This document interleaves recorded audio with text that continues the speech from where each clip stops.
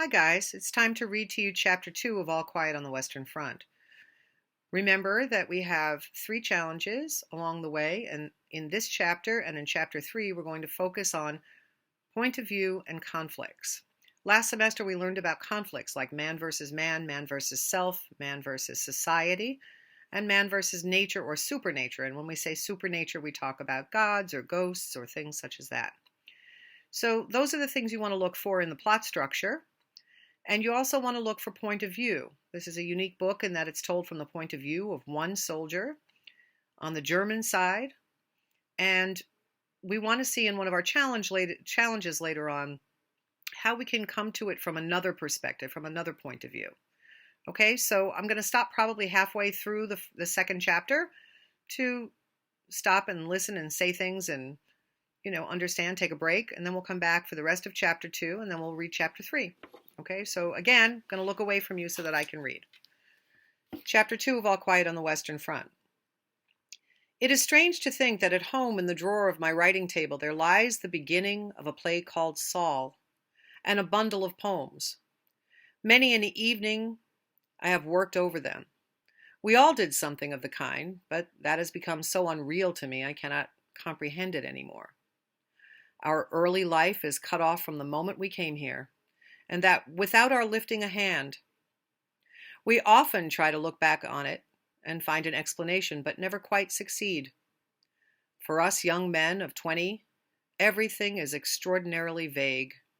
For Kropp, Mueller, Lear, and for me, for all of us, whom Cantorek calls the Iron Youth. All the older men are linked up with their,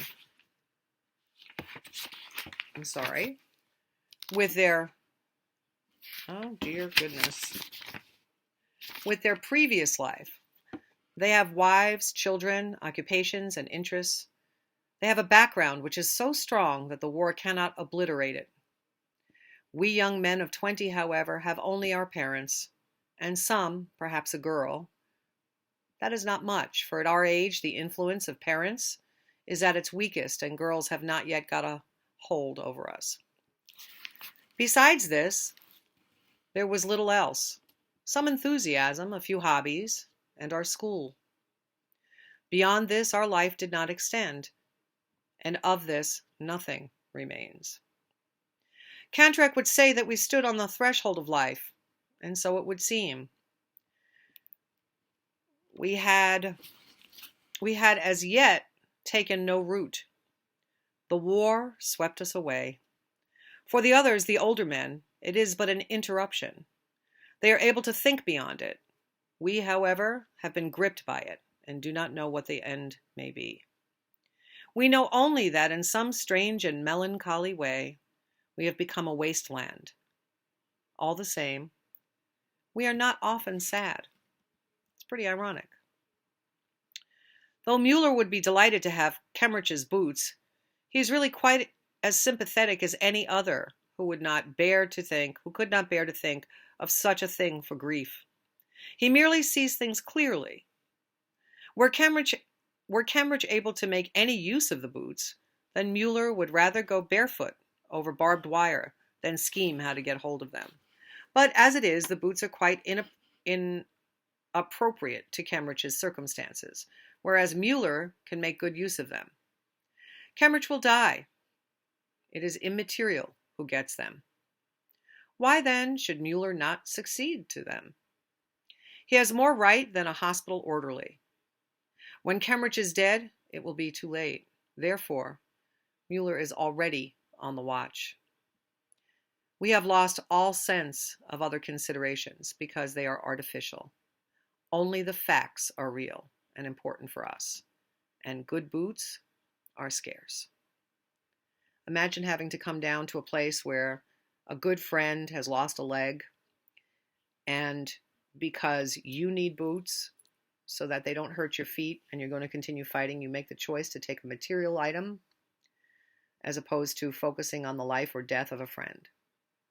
It becomes something of Survivor, in your terms, and who's not going to die next. So having to make the choice between a friend and knowing he's going to die, and taking his things because you know it's a practical thing. Must be a very difficult choice indeed. Once it was different. When we went to the district commandant to enlist, we were a class of 20 young men, many of whom proudly shaved for the first time before going to the barracks. We had no definite plans for our future. Our thoughts of a career and occupation were as yet of too unpractical a character to furnish any scheme of life. We were still crammed full of vague ideas which gave to life and to the war also an ideal and almost romantic character. It's kind of romantic to want to enlist in the Army. We were trained in the Army for 10 weeks, and in this time more profoundly influenced than by 10 years at school. We learned that a bright button is weightier than 4 volumes of Schopenhauer. At first, Schopenhauer is a musician, or I think a composer, and a philosopher in Germany. At first astonished, then embittered, and finally indifferent. Indifferent is an interesting word. It's when you finally don't care. We recognized what matters is not the mind, but the boot brush. Not intelligence, but the system. Not freedom, but the drill. We became soldiers with eagerness and enthusiasm, but they have done everything to knock that out of us. After 3 weeks, it was no longer incomprehensible to us that a braided postman should have more authority over us than had formerly our parents, our teachers, and the whole gamut of culture, from Plato to Goethe. With our young, awakened eyes, we saw that the classical conception of the fatherland, that's interesting because most nations call their nations the motherland. Interesting that in that patriarchal idea, held by our teachers, resolved itself here into a renunciation of personality. That means that we no longer exist as individual people. We're not important anymore as individuals. We only exist in the Army to further the means of the Army, so that we're not people. We're all part of one group. And in some senses, that's a good thing. And in some senses, it's not. Such as one would not ask of the meanest servants, salutes, springing to attention, parade marches, presenting arms, right wheel, left wheel, clicking the heels, insults, and 1,000 pettifogging details. We had fancied our task would be different, only to find we were to be trained for heroism as though we were circus ponies.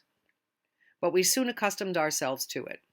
We learned, in fact, that some of these things were necessary, but the rest merely show. Soldiers have a fine nose for such distinctions. By 3s and 4s, our class was scattered over the platoons amongst Frisian fishermen, peasants, and laborers with whom we soon made friends. Kropp, Müller, Kemmerich, and I went to number 9 platoon under Corporal Himmelstas. Very important character, Himmelstas. He had the reputation of being the strictest disciplinarian in the camp, and was proud of it. He was a small, undersized fellow with a foxy, waxed mustache, who had seen 12 years' service and was, in civil life, a postman. That means a guy who delivers mail. So now he's got all this power. He had a special dislike of Kropp, Jaden, Westhus, and me, because he sensed a quiet defiance. I have remade his bed 14 times in one morning. Each time, he had some fault to find and pulled it to pieces. I have kneaded a pair of prehistoric boots that were as hard as iron for 20 hours, with intervals, of course, until they became as soft as butter, and not even Himmelstas could find anything more to do to them. Under his orders, I have scrubbed out the corporal's mess, that's the kitchen, with a toothbrush. Kropp and I were given the job of clearing the barrack square of snow with a hand broom and a dustpan.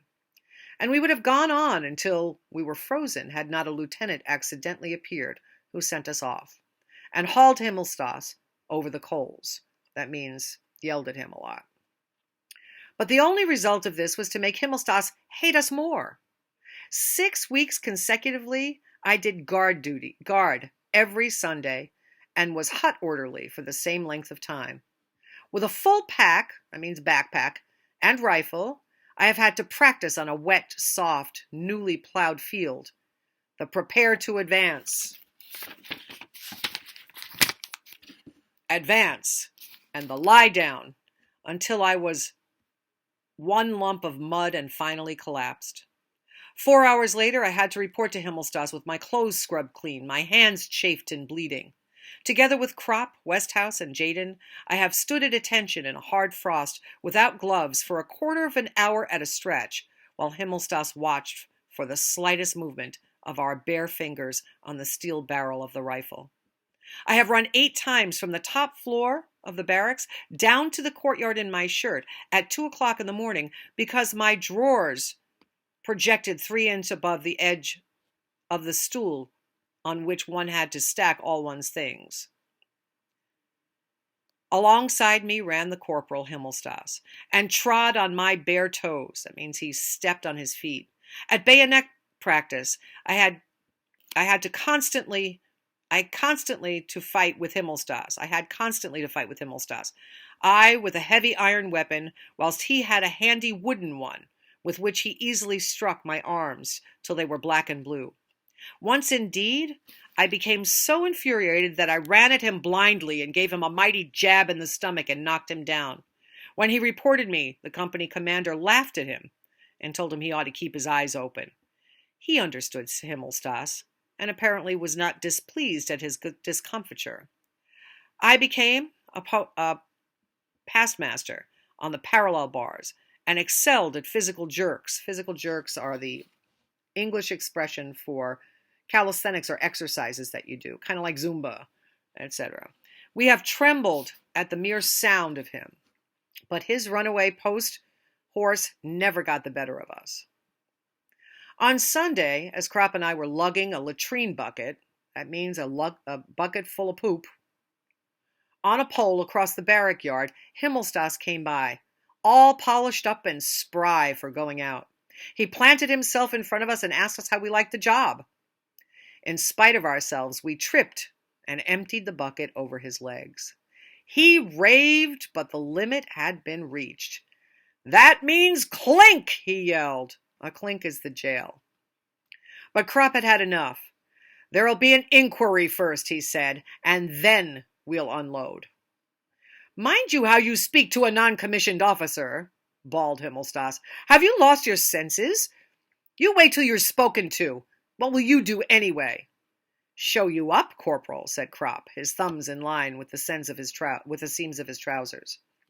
Himmelstas saw that we meant it and went off without saying a word. But before he disappeared, he growled, "You'll drink this," the poop. But that was the end of his authority.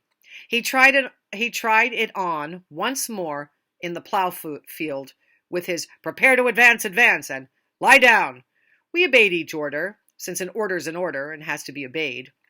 But we did it so slowly that Himmelstas became desperate. Carefully, we went down on our knees, then on our hands, and so on. In the meantime, quite infuriated, he had given another command, but before we had even begun to sweat, he was hoarse. After that, he left us in peace. He did indeed always refer to us as swine, that means pigs, but there was, nevertheless, a certain respect in his tone. There were many other staff corporals, the majority of whom were more decent, but above all, each of them wanted to keep his good job there as long as possible, and this he could do only by being strict with the recruits. So as long as you were being a boss, you didn't have to go to the front line and risk being killed. So we were put through every conceivable refinement of parade ground soldiering till we often howled with rage. Many of us became ill through it. Wolf actually died of inflammation of the lung, but we would have felt ridiculous had we hauled down our colors. We became hurt, suspicious, pitiless, vicious, tough, and that was good. For these attributes were just what we lacked. Had we gone into the trenches without this period of training, most of us certainly would have gone mad. You know how I keep saying to you guys that you're not prepared for college? That you have to do tough things to get there or for the real world? I don't say it because I want you to fail or that I think that I'm being mean or that I care that you think I'm being mean. I say this so that you'll be prepared for what comes, or else you'll be so hurt when it gets there. It'll be so much harder. So please, it feels like in the moment that it's a difficult thing and that I'm being strict or mean or whatever word you want to use, and we all know what those words are. But I'm truly trying to prepare you for what the toughness is beyond this. Okay? Back to the book. Let me find my place. We did not break down, but adapted ourselves. Our 20 years, which made many another thing so grievous, helped us in this. But by far the most important result was that it awakened in us a strong, practical sense of esprit de corps. Esprit de corps means, and people who know ballet will understand this, all of the people together working together. It's kind of like an ensemble in theater or in chorus. Everybody, the spirit of the corps, all of the people together make one body. Corps means body, which in the field developed into the finest thing that arose out of the war, comradeship. Okay, so that's the first section of chapter 2. You might want to look to see where conflicts are involved. Go to your challenge number 1, deal with some conflicts. Think about the point of view. Start thinking about the point of view of the characters that we just talked about. Don't forget, this is being told from the perspective of Paul Baumer, his own voice. Okay? Next up, second part of chapter 2 of All Quiet on the Western Front.